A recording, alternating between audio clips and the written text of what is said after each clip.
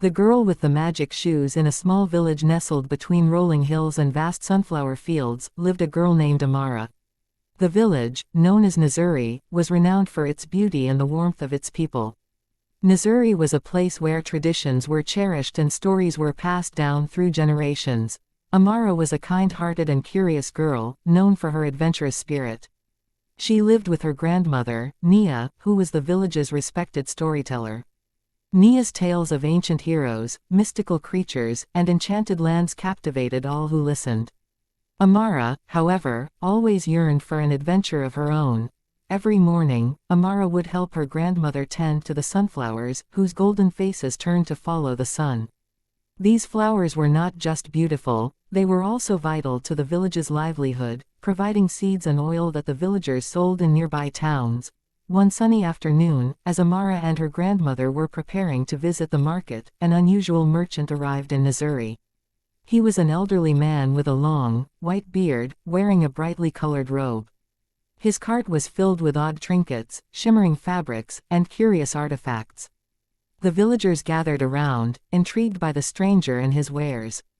"Step right up and witness the wonders of the world," the merchant called out. "I have treasures from distant lands, each with its own story to tell."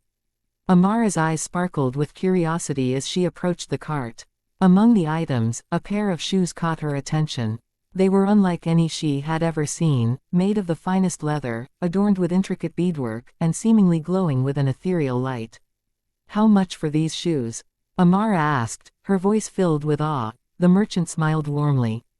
"Ah, you have a keen eye, young one. These are no ordinary shoes. They are said to be enchanted, capable of taking their wearer to places beyond imagination. But be warned, they come with great responsibility." Amara's heart raced with excitement. She had always dreamed of exploring the world beyond her village.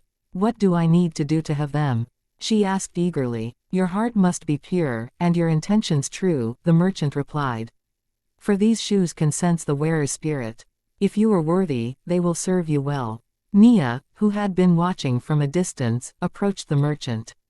"My granddaughter is a kind and brave soul," she said. "She has a heart full of love and a spirit of adventure." The merchant nodded. "Very well. If she proves herself, the shoes will be hers." He handed the shoes to Amara, who accepted them with reverence. That night, Amara could hardly sleep. She was eager to test the magic shoes and see where they would take her. As the first rays of dawn filtered through her window, she slipped them on and whispered, "Take me on an adventure."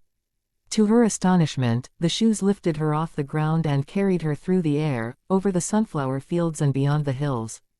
The wind whipped through her hair as she soared higher and higher until she landed softly in a dense forest she had never seen before. The forest was unlike any other, with trees that seemed to touch the sky and leaves that shimmered with a silver hue. As she wandered deeper into the woods, she came across a clearing where a group of animals were gathered. They were not ordinary animals but had an air of wisdom about them. A majestic lion stepped forward and spoke in a deep, resonant voice. "Welcome, Amara. We have been waiting for you." Amara's eyes widened in surprise. "How do you know my name?" "We know many things," the lion replied. "We are the guardians of this forest, and we have been watching you. You possess a rare gift, Amara, and a great destiny lies ahead of you." "What must I do?" Amara asked, her voice trembling with excitement and a hint of fear. "You must help those in need and protect the innocent," the lion said. "The magic shoes will guide you, but you must trust in yourself and your abilities." Amara nodded, determined to rise to the challenge. She spent the day learning from the animals, who taught her about the balance of nature and the importance of harmony. As the sun began to set, the shoes lifted her once more and carried her back to Nzuri. Over the next few weeks, Amara continued to wear the magic shoes, using them to explore new places and learn from the people and creatures she encountered. Her adventures taught her valuable lessons, and she grew more confident and wise. One evening, as she was returning home, she noticed a commotion in the village square. A group of villagers had gathered, their faces filled with worry and fear. Amara rushed over to see what was happening. A young boy named Kofi, who was known for his mischievous nature, had gone missing. He had ventured into the nearby mountains to prove his bravery but had not returned. The villagers were organizing a search party, but the mountains were treacherous, and night was falling. "I will find Kofi," Amara declared, her voice strong and resolute. Nia placed a hand on her shoulder. "Be careful, my child. The mountains are dangerous, and darkness is upon us." Amara nodded, her determination unwavering. She slipped on the magic shoes and whispered, "Take me to Kofi." The shoes lifted her into the air, carrying her swiftly towards the mountains. The wind howled around her as she navigated the rocky terrain, guided by the shoes' magical glow. She landed in a narrow ravine, where she heard faint cries for help. "Kofi, where are you?" she called out, her voice echoing through the canyon. "Over here," came the weak reply. Amara followed the sound and found Kofi trapped under a fallen tree. Using all her strength, she managed to lift the tree just enough for Kofi to crawl out. He was bruised and scared but otherwise unharmed. "Thank you, Amara," he said, tears of relief streaming down his face. "I was so afraid." "You're safe now," Amara replied, hugging him tightly. "Let's get you home." As they prepared to leave, a group of shadowy figures emerged from the darkness. They were bandits who had been hiding in the mountains, waiting for an opportunity to strike. "Hand over the boy and the shoes," the leader demanded, his eyes gleaming with malice. Amara stood protectively in front of Kofi. "We will not surrender to you," she said defiantly. The bandits laughed, but their amusement was short-lived. The magic shoes began to glow brightly, blinding the bandits and causing them to stumble back in fear. Seizing the moment, Amara grabbed Kofi's hand, and the shoes lifted them both into the air, carrying them safely back to Nzuri. The village rejoiced at Kofi's safe return, and Amara's bravery became the talk of Nzuri. She continued to use the magic shoes to help those in need, earning the respect and admiration of all. One day, the mysterious merchant returned to the village. He approached Amara, a proud smile on his face. "You have done well, Amara. The shoes have chosen wisely." "Thank you," Amara replied, bowing respectfully. "I could not have done it without them." The merchant nodded. "But remember, the true magic lies within you. The shoes are merely a tool to help you realize your potential." Amara understood the wisdom in his words. She had grown stronger, braver, and more compassionate through her adventures. The shoes had been a catalyst, but it was her heart and spirit that had made the difference. As the sun set over the sunflower fields, casting a golden glow over the village, Amara stood with her grandmother, watching the horizon. She knew that many more adventures awaited her, and she was ready to face them with courage and kindness. And so, the girl with the magic shoes continued to journey far and wide, spreading hope and joy wherever she went. Her story became a beloved tale in Nzuri, inspiring generations to come. Years passed, and Amara grew into a wise and revered woman. She became a leader in her village, guiding her people with the same courage and compassion she had shown throughout her adventures. The magic shoes, now worn and aged, were kept in a place of honor, a symbol of the incredible journey she had undertaken. One day, a young girl named Amina approached Amara. She was curious and full of dreams, much like Amara had been. "Tell me a story," Amina asked, her eyes shining with wonder. Amara smiled and began to recount her adventures with the magic shoes, the lessons she had learned, and the friends she had made. As she spoke, she saw the same spark of adventure in Amina's eyes. "Remember, Amina," Amara said gently, "the true magic lies within you. Be brave, be kind, and follow your heart." Amina nodded, her spirit lifted by the tale. And as she left, Amara knew that the legacy of the magic shoes and the adventures they had brought would continue to inspire new generations, keeping the spirit of Nzuri alive and thriving. Amina grew older, her curiosity never waning. She often found herself wandering to the place where the magic shoes were kept, wondering if she would ever have an adventure like Amara's. She listened intently to Amara's stories, her heart swelling with a desire to help others and explore the world. One day, when Amina was nearly 16, Amara called her to her side. "Amina, I see in you the same spark I had when I was your age. The world needs more people like you, brave, kind, and willing to fight for what's right." Amina's heart raced. "Do you think I could ever wear the magic shoes?" Amara smiled warmly. "I believe it's time for you to find out. The shoes have served me well, but now they must help someone new." Amina followed Amara to the place where the shoes were kept. She took a deep breath as she reached for them. Will they fit? She wondered aloud. Only one way to find out, Amara replied, a twinkle in her eye. Amina slipped on the shoes, feeling a surge of energy course through her body. They fit perfectly, as if they had been made for her. What should I do? She asked, looking at Amara. Speak your intention, Amara said. Let the shoes know what you seek. Amina closed her eyes and whispered, take me to where I am needed most.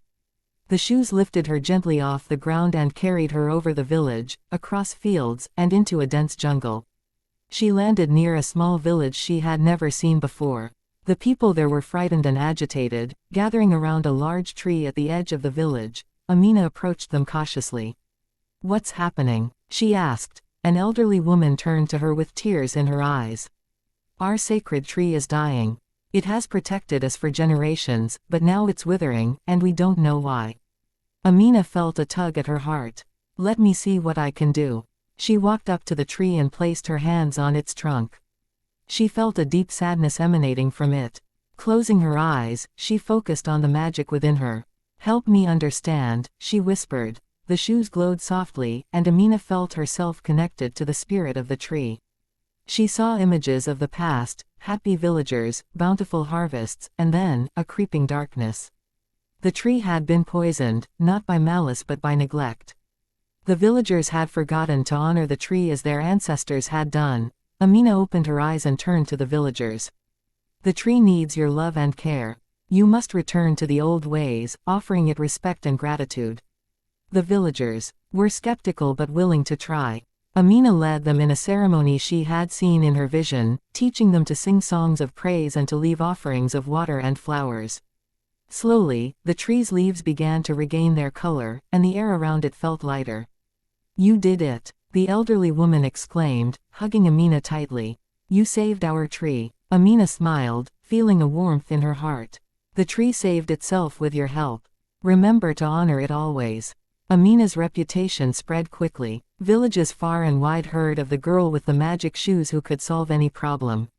She traveled tirelessly, helping wherever she was needed. Each journey taught her new lessons and brought her closer to understanding the true nature of the shoes' power. One day, she found herself in a desert, where a group of nomads was struggling to find water. Their wells had dried up, and they were desperate. Amina knelt on the hot sand, closing her eyes and reaching out with her senses. Show me the water, she whispered to the shoes. She felt a tug and followed it, leading the nomads to a spot a few miles away. Dig here, she instructed. They dug tirelessly, and soon, water began to gush forth. The nomads cheered and thanked Amina profusely. You have saved us, their leader said, bowing deeply. Amina shook her head. The water was always here. I just helped you find it. Years passed, and Amina's fame grew. One day, a messenger arrived in Nzuri with urgent news. A neighboring kingdom was under attack by a powerful sorcerer who sought to conquer all the lands. Their queen, Nzuri, had heard of Amina and begged for her help. Amara, now very old, called Amina to her side. This may be your greatest challenge yet, she said. But I believe in you. Amina nodded, her heart heavy with the responsibility. I will do my best. She put on the magic shoes and whispered, take me to Queen Nzuri. The shoes carried her swiftly to the beleaguered kingdom, where she found Queen Nzuri and her people preparing for a final stand against the sorcerer's forces. Thank you for coming, Nzuri said, her voice filled with gratitude. We need a miracle. Amina looked at the queen and then at the frightened faces around her. We need to work together. Everyone has a role to play. Amina devised a plan to use the villagers' strengths to outsmart the sorcerer. She taught them how to create decoys and traps, using the land to their advantage. As the sorcerer's army approached, Amina stood at the front lines, the magic shoes glowing brightly. The sorcerer, a tall, imposing figure with eyes like burning coals, sneered at her. Do you think you can stop me, little girl? Amina stood her ground, feeling the power of the shoes coursing through her. I don't need to stop you. We will stop you together. The battle was fierce, but the villagers fought bravely, inspired by Amina's courage. The sorcerer's magic was powerful, but Amina's heart was stronger. She used the shoes to deflect his attacks, protecting those around her. In a final, desperate move, the sorcerer unleashed a powerful spell aimed directly at Amina. She closed her eyes, focusing all her energy on the shoes. "Protect us," she whispered. A barrier of light surrounded Amina and the villagers, the sorcerer's spell shattering harmlessly against it. The sorcerer screamed in frustration as the villagers, led by Amina, pushed forward, overwhelming his forces. With a final cry, the sorcerer was defeated, his power broken. The villagers erupted in cheers, lifting Amina onto their shoulders. Queen Nzuri approached her, tears of gratitude in her eyes.